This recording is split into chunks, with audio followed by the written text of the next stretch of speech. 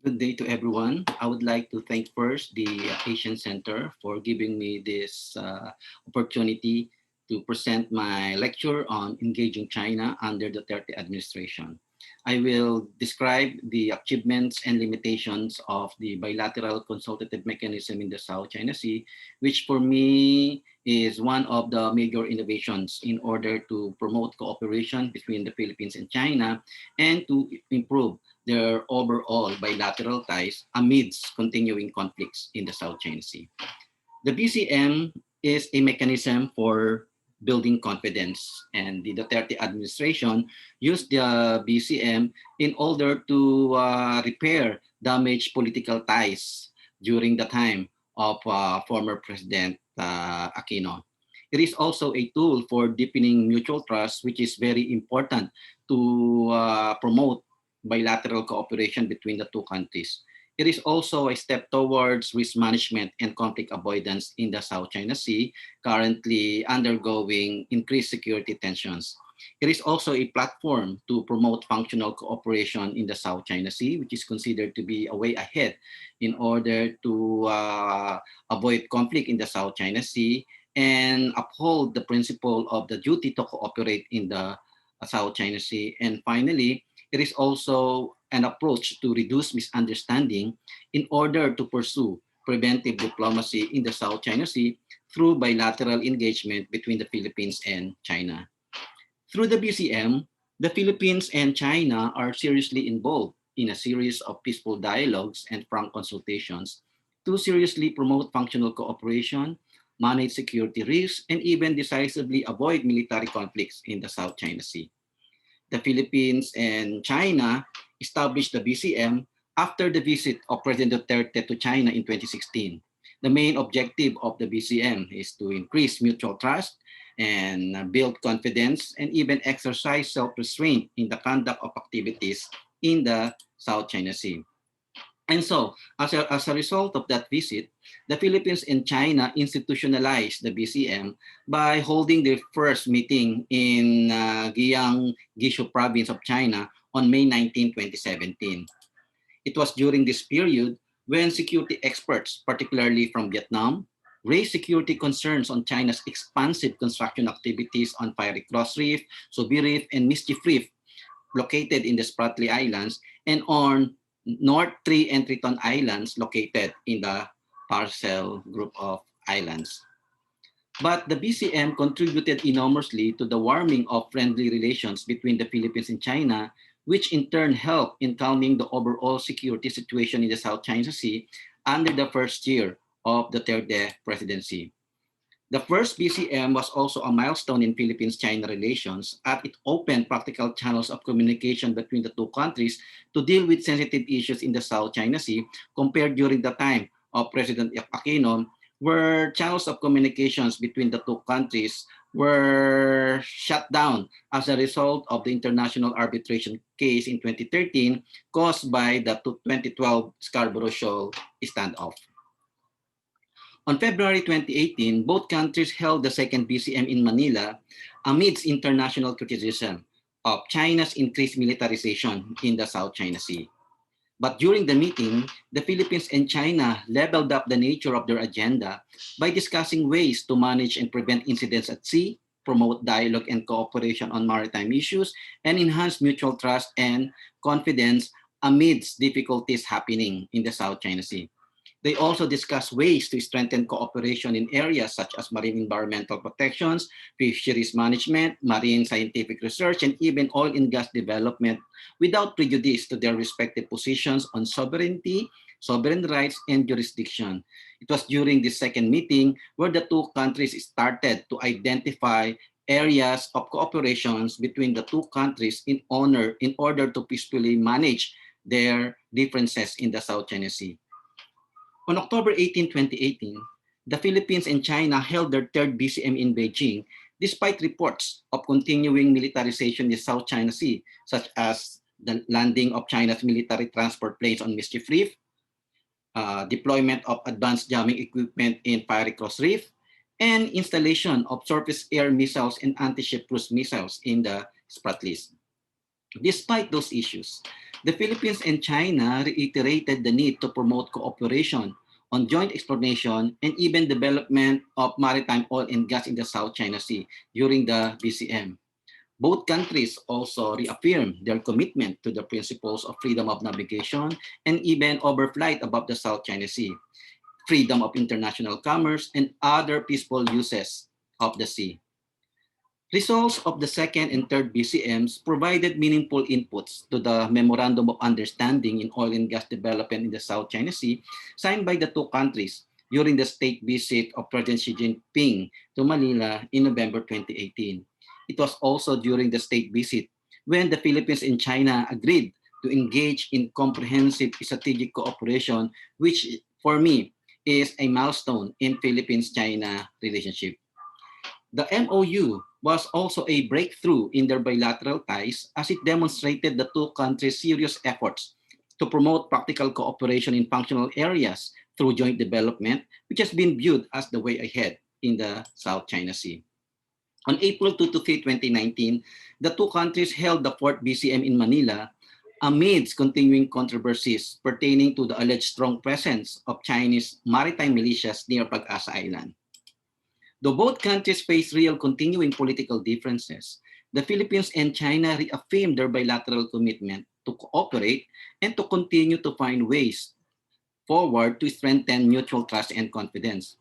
And to sustain the achievements of the BCM, the Philippines and China held the fifth BCM on October 28, 2019 in Beijing.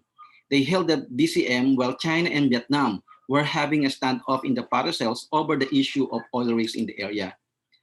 An important outcome of the fifth BCM was the creation of the Working Group on Political Security, Fisheries Cooperation, and the Working Group on Marine Scientific Research and Marine Environmental Protection. It was during the BCM when both countries also discussed the details of their planned joint development of natural gas and oil in the South China Sea.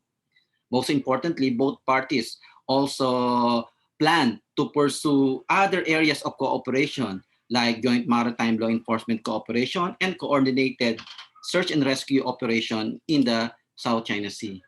However, the COVID-19 pandemic in 2020 interrupted the process of the BCM. So no BCM was held in between the two countries during the COVID-19 pandemic. But during the pandemic, no one stopped acting in the South China Sea. And in fact, I wrote a piece on that published by the South China Sea Probing Initiative, where I discuss a lot of economic, military, and even paramilitary activities in the South China Sea during the COVID-19 pandemic. And this raised security tensions again in the South China Sea and created another difficulties in bilateral relations between the Philippines and China. Recent developments in the South China Sea, such as the incident in Julian Periperi Reef, have also currently caused security tensions. And in order to lower tensions in the South China Sea and reinvigorate bilateral ties between the Philippines and China, the two countries resumed the BCM by conducting the 6th BCM on May 21, 2021 virtually. And during this 6 BCM, they exchanged views on the current situation in the South China Sea and how to deal with the current situation in the South China Sea. They also discussed maritime issues between the two countries and how to deal with these maritime issues. And most importantly, they identify ways to further expand exchanges and cooperation on maritime search and rescue operation, fisheries management, ecological conservation, scientific research, and other areas like joint development and maritime law enforcement cooperation. So what are the achievements of the BCM? First, the BCM has improved Philippines-China relations during the Duterte administration, improved political relations, spilled over to economic relations, and other areas. And despite the pains caused by international arbitration case, China has intentionally engaged the Duterte government to reinvigorate their damaged political ties with the Philippines. And in fact, since June 2016, China has imported more than 2 million tons of tropical fruits from the Philippines. And they also decided to reinvigorate their economic ties by encouraging Chinese investors to conduct activities in the Philippines. And from 2016 to 2019, more than 40 Chinese enterprises invested in the Philippines before the COVID-19 pandemic, directly employing close to 20,000 workers and indirectly generating 26,000 jobs opportunities for Filipinos. But based on my research, most of these investments went to the operation of offshore online gaming industry. The Philippines also became one of the major recipients of China's official development assistance in Southeast Asia by accessing financing from Asian Infrastructure Investment Bank and also participating in China's Belt and Road Initiative, and that these projects aim to also support Duterte's Build program. So based on the report of the National Economic Development Authority, from zero official development assistance during the time of President Aquino, that China is now one of the major sources of official development assistance. And of course, Japan continues to be the number one source of ODA to the Philippines. But in 2018, China became the top foreign investor in the Philippines, amounting to 930 million or 4.7 billion according to DTI. And Chinese enterprises continue to invest in the Philippines through the operation of industrial parks and other projects within Duterte's Build project. In 2019, China became one of the major sources of foreign tourists, reaching 1.74 million according to the Department of Tourism. In 2019, China became the number one import supplier, amounting to 20.5 billion according to DTI. So these are the statistics indicating that because of these friendly relations between the Philippines and China and goodwill generated by the bilateral consultative mechanism in the South China Sea, China has become the top import suppliers of the Philippines as of March 2021. This is according to the data from the Department of Trade and Industry. And also China has become the top export markets of the Philippines as of March 2021. Okay, according to DTI. And even the Philippine Statistics Authority reported that China became the country's biggest supplier of imported goods and became the major trading partner of the Philippines. So this is a figure indicating that that China has become the Philippines' top export market as of March 2021 and top import market by March 2021. In 2020, China was the first country that provided the Philippines medical assistance to respond to COVID-19 pandemic. And upon request of the Philippine government, China sent medical experts to the Philippines in April 2020 as part of its continuing assistance. In 2021, China became the number one source of COVID-19 vaccines, according to the Department of Health. And according to the latest SWS survey, majority of the Filipinos prefer the use of Sinovac vaccines. Okay. Aside from the improved economic relationship, Duterte's friendly policy with China, initiated through the BCM, also resulted in improved political relations. And the Philippines and China established the party-to-party diplomacy. The Communist Party of China promotes dialogues with Philippine political parties like the PDP Laban, Lakas CMD, Nationalist People's Coalition, Partido ng Masang Pilipino, and even the opposition party, the Liberal Party. The CPC has conducted at least 10 meetings with Philippine political parties since 2016.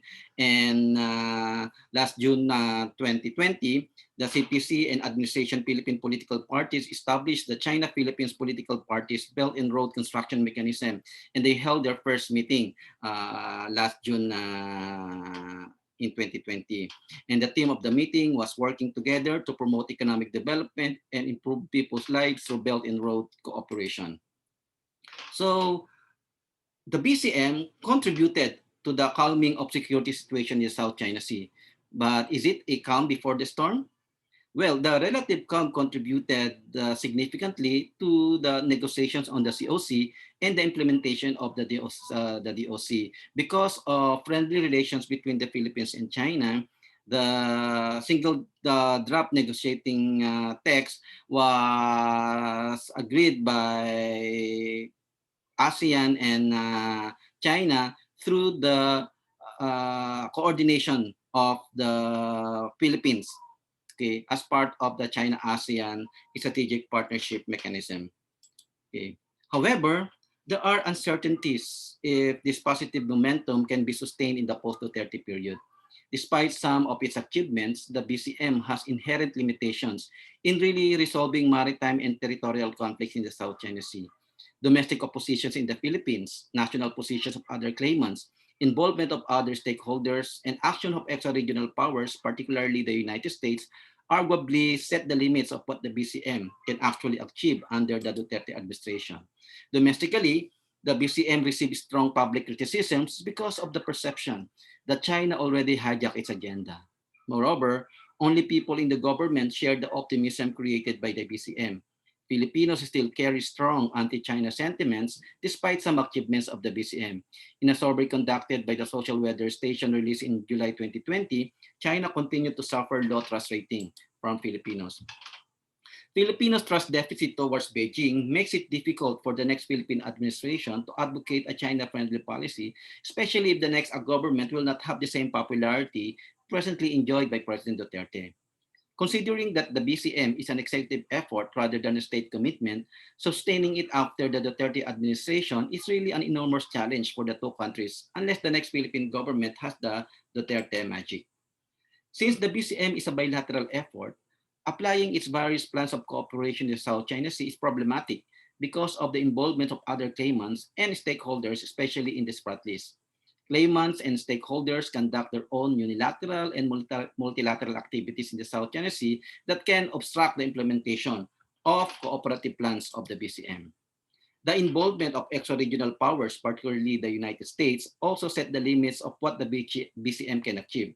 Beyond the concept of freedom of navigation, the United States also has interest in fishery management, marine environmental protection, search and rescue operations, and oil and gas development in the South China Sea. Thus, without the appreciation, if not full support of the United States, the Philippines and China will find it cumbersome to implement the cooperative plans of the BCM, particularly in the context of growing U.S. China major power rivalry in the South China Sea.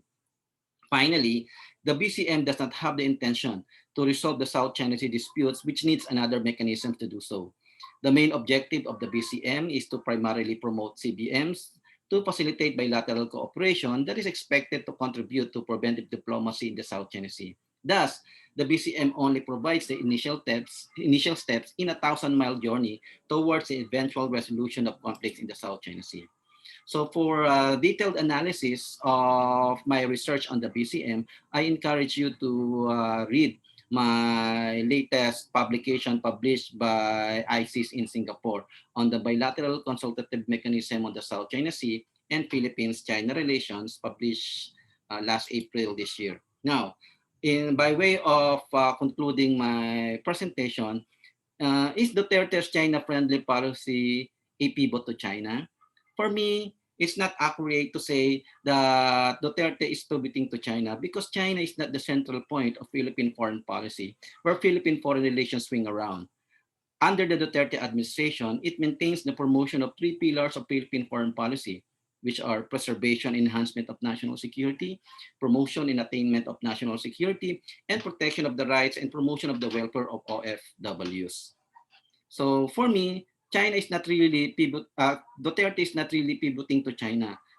For me, the most accurate term to describe Duterte's China-friendly policy is a paradigm shift to China. It is a shift from adversarial relation to comprehensive strategic cooperation with China. The Philippines has difficult relations with China because of South China Sea disputes. So being friendly with China is one of the approaches to overcome these difficulties. And finally, I consider Duterte's China-friendly policy as an expression of an independent foreign policy. Cooperation with China is just one critical portion of the diversification of Philippine foreign relations. Economically, in fact, the Philippines has greater cooperation with Japan and South Korea. On defense and security matters, the Philippines has greater cooperation with the United States and growing cooperation with South Korea, Australia, and also Japan. The Philippines is also exploring strategic cooperation with India, Russia, Israel, France, Germany, United Kingdom, and the like. Therefore, Duterte administration is not really privileging China, but being friendly with China is important for the Duterte administration in order to address their differences in the South China Sea and to take advantage of the current economic prosperity being enjoyed now by China, especially during this time of the pandemic. So that's the end of my presentation. I would like to thank all of you for your attention. Thank you so much.